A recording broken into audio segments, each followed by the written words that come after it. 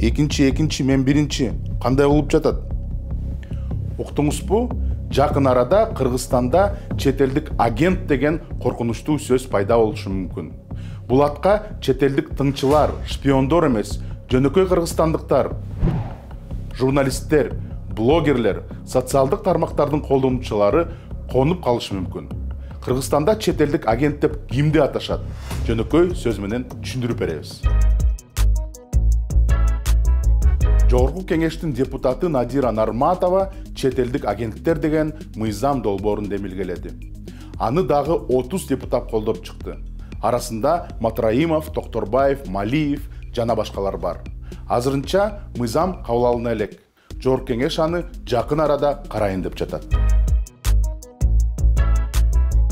Чет өлкөдөн каржыланып, саясий акцияларга катышып, же коомдук пикирди жараткан бардык коммерциялык эмес уюмдар чет элдик агенттер катары таанылат.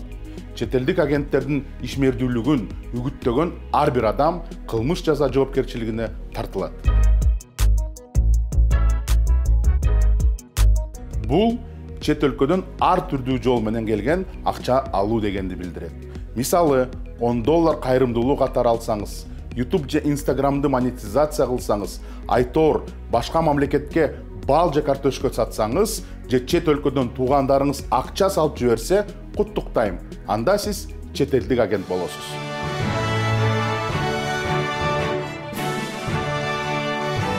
Кыргызстандын бир дагы мыйзамында бул түшүнүктөрдүн так аныктамасы жок.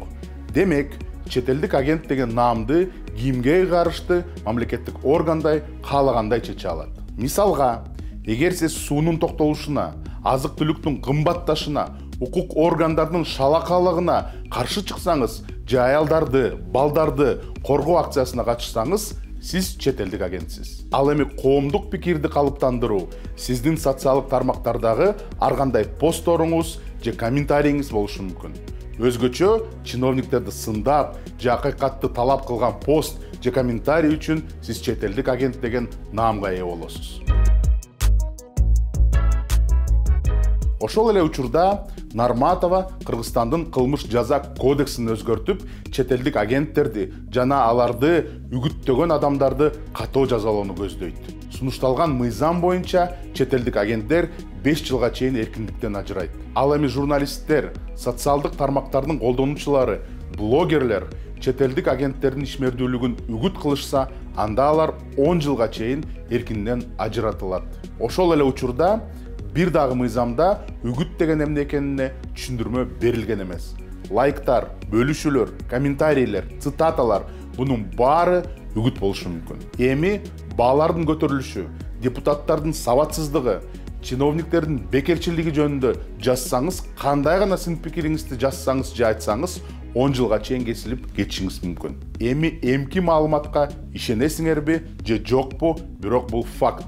Кыргызстанда каракчылык үчүн 2 жылга чейин эркиндиктен ажыралынат. Зордуктоо үчүн 5 жылдан 8 жылга чейин, балдарды сатуу үчүн 8 жашка чейин, адам өлтүрүү үчүн 8 жылдан 12 жылга чейин эркиндиктен ажыратуу каралган. Элестетип көрсөңүз, Бишкектеги смог жөнүндө жөнөкөй пост жазып койсоңуз, зордуктагандардан же киши өлтүргүчтөрдөн дагы катуу жазаланасыз. Ушундай мыйзамдарды биздин депутаттар демилгелеп жатышат. Бир дагы коңшу өлкөдө мындай мыйзам жок. Казакстан, Өзбекистан, Кытай, Тажикстан, эмнен айтабыз, Түркмөнстанда дагы мындай акылга сыйбаган мыйзам жок. Өлкөдө сөз эркиндиги чектелет. Абактан коркуп журналисттер, блогерлер, чиновниктерди сындаганды, кемчиликтерин айткандарды токтотот. Натыйжада коррупция, социалдык адилетсиздик, бюрократиялык мыйзамсыздык кескин өсүп кетиши мүмкүн. Мындан ары жарандар менен журналисттер бийликти көзөмөлдөбөйт жана сын айта албайт. Айылдарды таза суу менен камсыз кылган, региондордогу ишкердикти өнүктүргөн, майыптарга, жетимдерге жардам берген көптөгөн бейөкмөт уюмдар өз ишин токтотушу мүмкүн. Эл аралык уюмдар бул максат үчүн гранттарды жана жеңилдеткен кредиттерди кескин кыскартат. Ал эми Кыргызстан демократиянын аралчысы деген өз статусунан ажырайт. Андыктан ар бир кыргыз жаран өз депутатына кайрылып, мындай мыйзам Кыргызстанга керекпи деген суроо бериши керек. Депутаттар болсо, бул мыйзамды карап атканда акылы жана жүрөгү менен добуш бериш керек. Баса, мен чет элдик агент эмесмин. Мен кыргызстандыкмын.